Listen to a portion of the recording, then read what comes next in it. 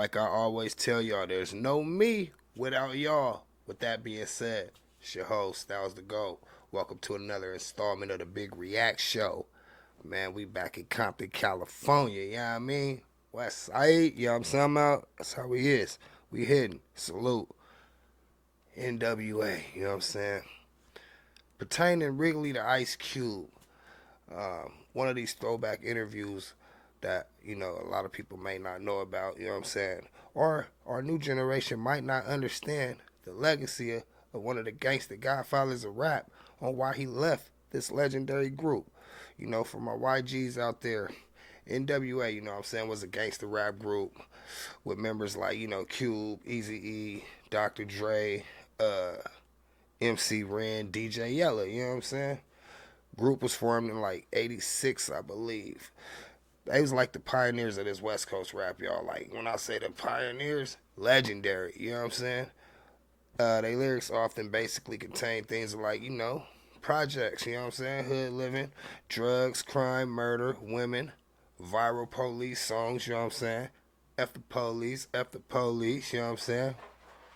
Despite all of that, you know what I'm saying? Despite all the negativity in the bands, they even got banned, you know what I'm saying? First rap group, I think they get banned. But despite all that, no matter what, they sold over 10 million records. Ice Cube comes from that. So there was a time when there was, faulty contracts going, and it ended up making Ice Cube make the decision, you know what, it's time to shake this group. We saw the movie. The movie gonna paint his aspects, but it was a classic interview Wine EP, you know what I'm saying, and him and his radio crew, you know what I'm saying, handle with Cube. And he gives his indirect story. So that's what we here to check out today. But before we get to this content, make sure y'all hit that like and subscribe so when I drop the heat, y'all get the notification when the heat drop. With that being said, shout out the Wine EP, you know what I'm saying? If y'all ain't follow, make sure y'all go hit the like and the follow so when he drop, we get the new heat. You know what I mean? There's no me without y'all. There's no us without y'all. With that being said, we're going to go ahead and get to this content. I don't know if I want to focus as much on N.W.A. though, because No, we know N.W.A. Yeah, that's documented more. There's a lot of documentaries, a lot of interviews about N.W.A. But the Cube story immediately post N.W.A., which for us, for a lot of the fans, is the most interesting time. Is where I'd like to start. Where did you link up? No, before that. You want to start before that? Like, what did you do the next day when you woke up and was like, damn, I just quit N.W.A.? Like, what did you do that day? I mean, that day I was probably, Did you cry at all in no, bed? hell no. I had my mind made up, you know what I mean? And nothing more powerful than a made up mind. So, I knew what I was going to do. That actually, after I decided to lead a group, I ended up calling Dre to see if he wanted to work on my solo record. He was with it. You know what I mean? He wanted to work on my solo record because me and Dre was cool. Right. Once, right after the breakup, because he kind of knew what was going on. You know what I mean? So he probably didn't even think it was really going to actually split like that. Right. So he was down to work on the record. And, we was talking for about a week trying to make sure that's going to happen. And then we heard that Jerry Heller and Eazy-E vetoed that. You know what I mean? So that's when I got on the phone with Chuck D. Yeah, I mean, detailed the whole little get down. That no, Dre, we not letting you do that. The breakup originally came because, Jerry Heller, which was the manager of N.W.A, gave Eazy like a hefty contract, you know what I'm saying? Gave the group a cool little contract. Gave Cube, well, you can say the group and Cube, I think they was the first one to get introduced to a 360 deal. He gave all them that. Cube wasn't feeling that. He knew he was worth more. He understood his value. He wasn't going for that, and he was standing on his business. He ended up shaking the group. Legendary group, over 10 million records sold. They had it locked. You know what I'm saying? They had it locked back in the day. He ended up shaking, doing his own thing. So now we catching up to what he was doing the next day after he left the group. Let's go. But I was just getting on the phone hollering at him about, just the situation and trying to get his advice, on the situation. And he was like, yo, man, look like you're going to have to do your own thing. We never talked about doing a record together. We never talked about, maybe the Bomb Squad is going to produce this. None of that. Really? Just giving you some advice. Just giving me some advice. So I had to go talk to Priority, Brian Turner over there, and he was like, yo, if you don't want to be down with N.W.A, no problem. We want to sign you solo. We do want you to do an album, this, that, and the other. Right. So that kind of reassured all that part. Okay. You know what? So you was 20 years old? About 20? 20, yeah. Wait, 20. So even without N.W.A, Cube name held weight. He still held it down. You know what I'm saying? Had a new deal popping. Let's go. Quick, if you go relationship by relationship in the group, was your only problem really deep with Easy, or was it other people? Were you good with Ren? Jerry Heller. It was just wasn't Jerry. Even Easy. I felt Easy didn't know the business enough. This is how I felt, because I remember him coming into it. He came in, kind of wide-eyed. What do we do? I'm ready to do this. So I felt like he wasn't savvy enough to pull this without Jerry Heller's, coaxing and showing him how to make it happen the way Jerry wanted it to happen. So I was just mad at that dude because he wouldn't give me my contract. And that's a fact, because Easy, he was a D-boy.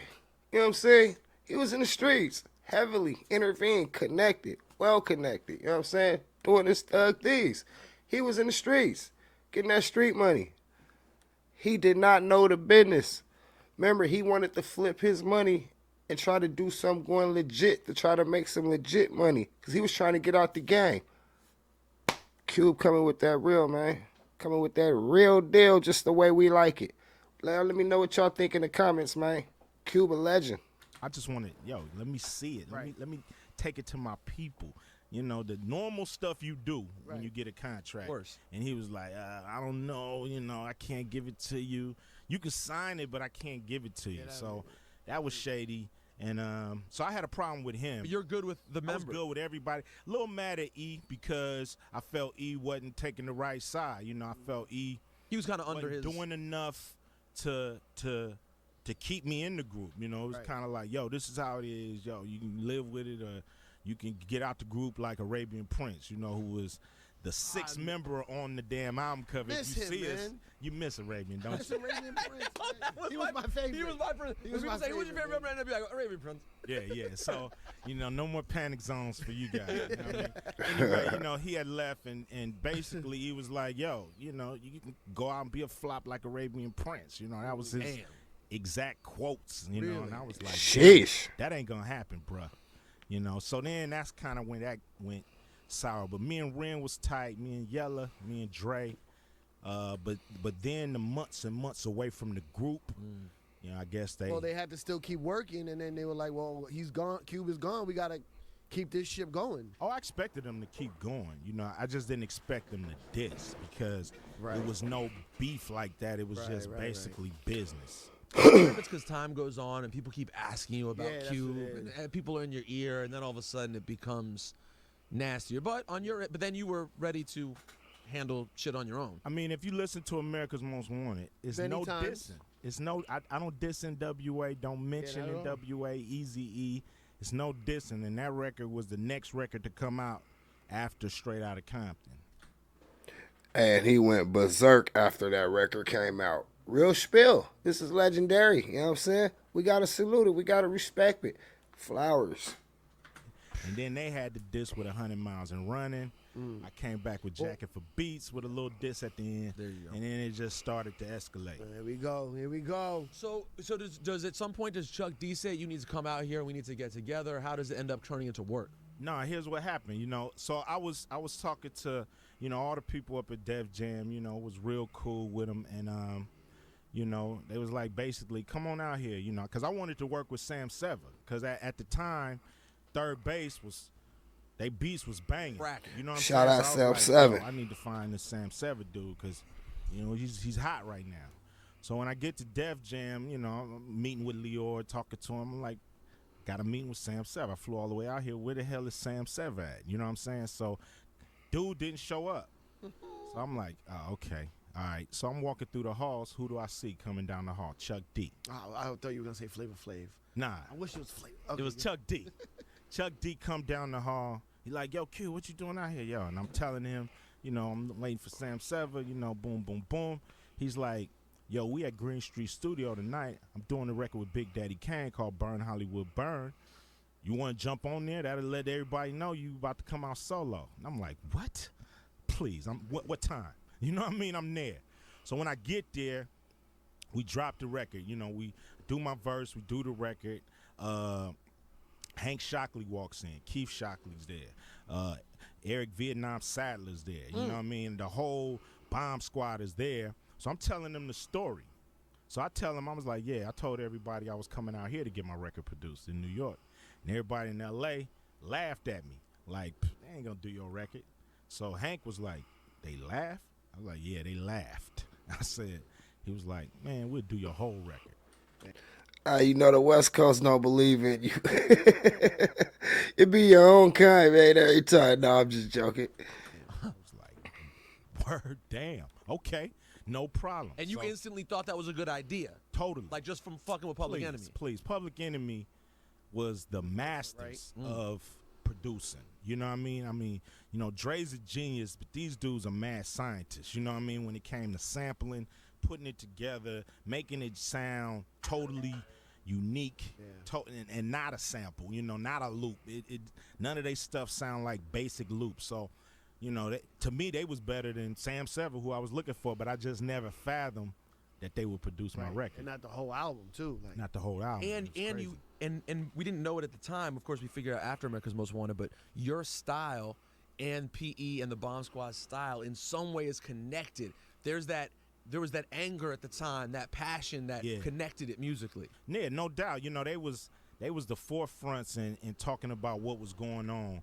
You know, we had a different version of what was going on. You know, it was more, you know, theirs was more political. Yeah. You know, ours was more street. You know what I mean? And then that's when I started thinking of, you know, I had the street knowledge concept in my head already, because the N.W.A. record starts off, you're now about to witness the strength of street knowledge. So I had that concept in my head of trying to match the streets with the political tone and trying to tell the streets what the politics are doing to them, and then try to tell the politics what the street think about them if they listening, you know. So that was kind of my formula going into the record, and that's kind of the maturation of what I became as a solo artist. One dope interview, classic. If you ain't never peeped that, run over to Juan EP is Life, official YouTube channel. Peep the whole thing. I just wanted to let y'all know, give y'all a little upbringing on my YGs that ain't too formal on why we call Ice Cube the GOAT. You know what I'm saying? One of the GOATs. One of the greats. You know what I'm saying? Went on to make multi-albums. Had a great career in music. Got into the Hollywood scene. Started doing movies. Led to more and more and more and more movies. Why continue to do his movies? I mean, why continue to doing his music? You know what I'm saying? One of the best. Salute. Flowers. That's my time. Styles the GOAT. The Big React Show. Like I said, man, hit me with a thumbs up and a subscribe. There's no me without y'all. Let's keep the content going. Until the next time, we gone. Salute.